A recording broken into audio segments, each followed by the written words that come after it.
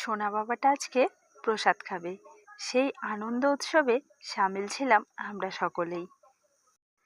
কাল তো আমরা সকলেই চলে এসেছি, বাকি যারা আসার বাকি রয়েছে তারাও কিন্তু আজকে দুপুরের মধ্যেই চলে আসবে। দিদি বাড়ির সামনের দিকটাতে বেশ অনেকটা খোলামেলা জায়গা রয়েছে, আর একদম গাছে ভর্তি। ভীষণ ভালো লাগে এই জায়গাটা। 6টার সময় আমরা সকলেই কিন্তু ঘুম থেকে উঠে গেছি। এখন 7টা বাজে, উনুন কিন্তু জ্বালিয়ে দেওয়া হলো। যেহেতু মহাপ্রভুর ভোগ রয়েছে, ওই জন্যই যতটা তাড়াতাড়ি করা যায় সেটাই কিন্তু ভালো হয়। অনেক বাড়িতেই কিন্তু অন্নপ্রাশনে আমিষ করা হয়, তবে জানো তো, আমাদের এই মহাপ্রভুর ভোগের প্রসাদটাই কিন্তু প্রথম তার মুখে দেওয়া হয়। ওইদিকে রান্নাবান্না চলছে, আর এইদিকে সকলে মিলে গোছগাছ চলছে। কতগুলো হাত মিলে এই ছোট্ট ছোট্ট আলুগুলো খোসা ছাড়াচ্ছে।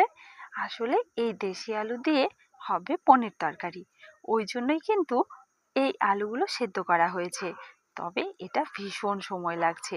আর এইদিকে নাম কীর্তন চলছে, ভোগারতি হচ্ছে এখন। দাদার ভোগের রান্নাবান্না হয়ে গেছে, আর বাকি রান্নাটা হবে খানিকক্ষণ পরে অন্য কেউ করবে। কারণ এত সকালে রান্না বান্না করলে সেটা আবার রাত 10টা 11টা অবধি নাও থাকতে পারে। ওই জন্যই রান্নাটা দুভাগে করা হচ্ছে। ভোগের ঘরটা দেখে আজ কিন্তু মনটা একদম ভরে গেল। ভোগ হয়ে গেছে, এবারে আমরা সকলে মিলে কিন্তু জল ভরতে যাচ্ছি। তবে বেশি দূরে যাব না, বেশ রোদ উঠেছে। এত রোদের মধ্যে বেশি দূরে হাঁটতে গেলে শরীর কিন্তু এমনিই ক্লান্ত হয়ে যাবে। আর কেউ নাচছেও না, না নাচলে কি ভালো লাগে বাজনার সঙ্গে হাঁটতে বলো তো?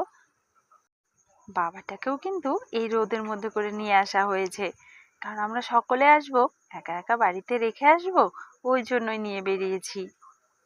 নদী রয়েছে কিছুটা দূরে, ওখানে আর গেলাম না। এখানে একটা পুকুর রয়েছে, সেই পুকুর থেকেই আমরা জলটা নিয়ে নিচ্ছি।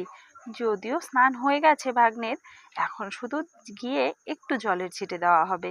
কারণ বাচ্চা মানুষ তো, এই অবেলায় স্নান করালে তার কিন্তু ঠান্ডা লেগে যাবে। ওই জন্য নিয়ম করার জন্য শুধুমাত্র জলের ছিটেটাই দেওয়া হবে। তবে কিছু কিছু নিয়ম ওদের দেখছি আমাদের থেকে একটু আলাদা। ব্যাস, হয়ে গেছে জল ভরা। এবারে চলো বাড়ি যাওয়া যাক। বাড়ি গিয়ে আবার সেই অন্নপ্রাশনের আয়োজনটা তো করতে হবে। সমস্তটা রেডি হয়ে গেছে, এবারে দাদা প্রসাদটা মাথায় করে বাইরে নিয়ে যাচ্ছে। ঠিক এরকম ভাবেই কিন্তু ভোগের প্রসাদটা বাইরে আনা হয়। আর এই যে পেছনে দাঁড়িয়ে রয়েছে, ওটা হলো ছোট ভাই। আসলে দিদিরা 2 বোন 3 ভাই। যে দাদা প্রসাদ নিয়ে এলো এ হলো মেজো। আর পেছনে দাঁড়িয়ে রয়েছে ছোট। আর বড় দাদা এখনো পৌঁছয়নি, তবে আসবে কিছুক্ষণের মধ্যেই। মামা তো তৈরি হয়ে গেছে। এবারে যার জন্য এত আয়োজন করা হয়েছে সে আসলেই আজকের অনুষ্ঠান শুরু করা যায়। ব্যাস, চলে এসেছে মামার কোলে।